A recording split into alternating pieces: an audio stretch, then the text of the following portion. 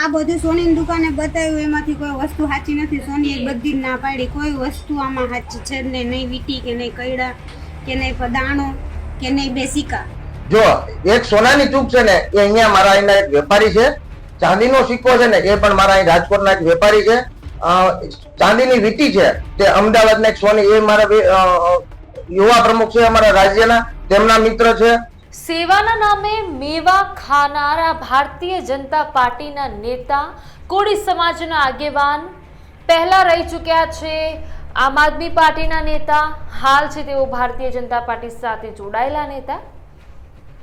હવે અચાનક તેમના સૂર બદલાય છે. સૂર એટલા માટે કહી રહી છું ને એટલા માટે સૂર બદલાયા છે કારણ કે પહેલા એમને એવું કહ્યું હતું કે સોનાની વીંટી દરેક નવજીવન દંપતી પોતાના પ્રભુતાના પગલા ભરે છે જે દીકરીને સોનાની વીંટી આપવામાં આવશે. હવે જ્યારે આખો કિસ્સો પ્રકાશમાં આવ્યો, પોલીસ ફરિયાદ થઈ, રાજકોટમાં સમુલગ્ન થયા, કોળી સમાજના જે નેતાઓ છે, કોળી સમાજના જે આગેવાનો છે, કોળી સમાજના સ્થાનિક લોકો છે એ ઉગ્ર બન્યા. એટલે પછી વિક્રમ સુરાણીને લાગ્યું કે અહીંયા આપણું પાણી નહીં ગળે. એટલે વિક્રમ સુરાણીએ શું કહ્યું કે અમે તો ભાઈ એટલી જ વાત કરી હતી કે નાકની ચૂની એટલે કે નાકની નથ એ જ ફક્ત સોનાની આપવાની છે, પરંતુ જે સ્થાનિકો છે જેમને દીકરી પરણાવવા માટે સમૂહ લગ્નમાં લઈ ગયા હતા એ તમામ લોકોનું એવું કહેવું છે કે સોનાની નથ પણ નકલી છે. અને જે વિક્રમ સુરાણી છે તેમને એવું કહ્યું હતું કે વીંટી પણ સોનાની આપવામાં આવશે. પહેલા એવું કહે છે કે વીંટી સોનાની આપીશું, આ સોનાની આપીશું, બધી બહુ મોટી વાતો કરી. હવે જ્યારે મીડિયા સમક્ષ આખો ચર્ચાનો વિષય બન્યો, ચર્ચાનો કિસ્સો બન્યો, એટલે અચાનક જ એમના સૂર બદલાઈ ગયા ને એમને એવું કહ્યું કે ખાલી સોનાની ચૂનીની વાત કરી હતી, બીજું બધું તો ઇમિટેશન જ્વેલરી હતી, બીજું તો પિત્તળ ને ધાતુ અને બગસરાની વસ્તુઓ હતી. એટલે મીડિયામાં આવ્યા, ચર્ચામાં આવ્યા, ચર્ચાનો વિષય બન્યો, એટલે અચાનક સૂર બદલાઈ ગયા. જો એક સોનાની ચૂક છે ને એ અહીંયા મારા અહીંના એક વેપારી છે, ચાંદીનો સિક્કો છે ને એ પણ મારા અહીં રાજકોટના એક વેપારી છે, ચાંદીની વીટી છે તે અમદાવાદના એક સોની, એ મારા યુવા પ્રમુખ છે અમારા રાજ્યના, તેમના મિત્ર છે. ઇમિટેશનની વીટી છે તે સોનાની ચૂક એક જ છે, એ વીટી ઇમિટેશન છે. અને ક્રાંતિ માનવ સેવાના પ્રમુખ ચંદ્રેશભાઈ ડોબરિયાએ બનાવેલ છે. એટલે એને કોઈ લોકો સોનાની સમજી બેઠા છે. આજે તમે સમજો કે સોનાની વીંટી કમસે કમ 20,000 ની થાય તો 550 વીંટીના દાતા 1 કરોડ ને 10 લાખ નો આંકડો થાય. આવડા મોટા દાતા કોણ હોઈ શકે? મારી પાસે એ લેવલના દાતા આજે નથી.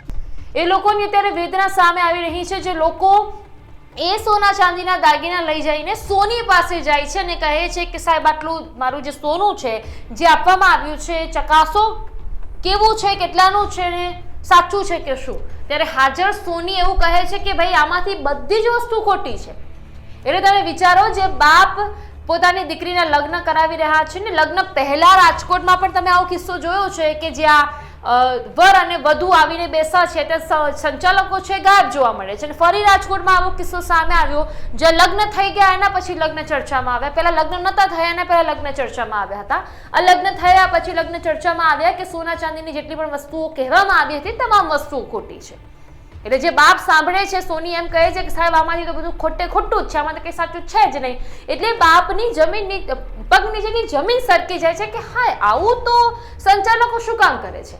એ પણ નેતા નગરીથી જેનો સંબંધ છે, જે સીધા ભારતીય જનતા પાર્ટી સાથે જોડાયેલા છે, શું એમના ઘરે રૂપિયાની કમી છે? ભાઈ એમની પાસે કેટલો અઢળક રૂપિયો છે અને આ તો એમને ફરીથી નવો ધંધો ચાલુ કર્યો. હા ચલો માનીએ કે કોઈની પાસે પોલિટિકલ બેકગ્રાઉન્ડ નથી, જે નવું છે, કોઈ ચર્ચામાં છે નહીં, કોઈ ચર્ચામાં હર હંમેશ રહેતું નથી, એવું વ્યક્તિ જો સમૂહ લગ્ન કરે 500-600 દીકરીઓના, તો એવું થાય કે ચલો એ કમાવા માટે, ધંધો કરવા માટે સેવાના નામે મેવા ખાતું હશે. પરંતુ આ તો નેતાઓ છે, પોલિટિશિયન છે, ઘણા સમયથી તેઓ પાછળના પોલિટિશિયન બેકગ્રાઉન્ડ ધરાવે છે.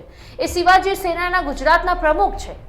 વિક્રમ સોરાણી જે આમ આદમી પાર્ટીના નેતા રહી ચૂક્યા છે, 2022માં વાંકાનેરથી વિધાનસભાની ચૂંટણી લડી ચૂક્યા છે, 2000 લોકસભાની ચૂંટણી કોંગ્રેસમાંથી લડે, ટિકિટ મળે તેવી ચર્ચાઓમાં હતું અને અત્યારે તેઓ ભારતીય જનતા પાર્ટી સાથે જોડાયેલા છે.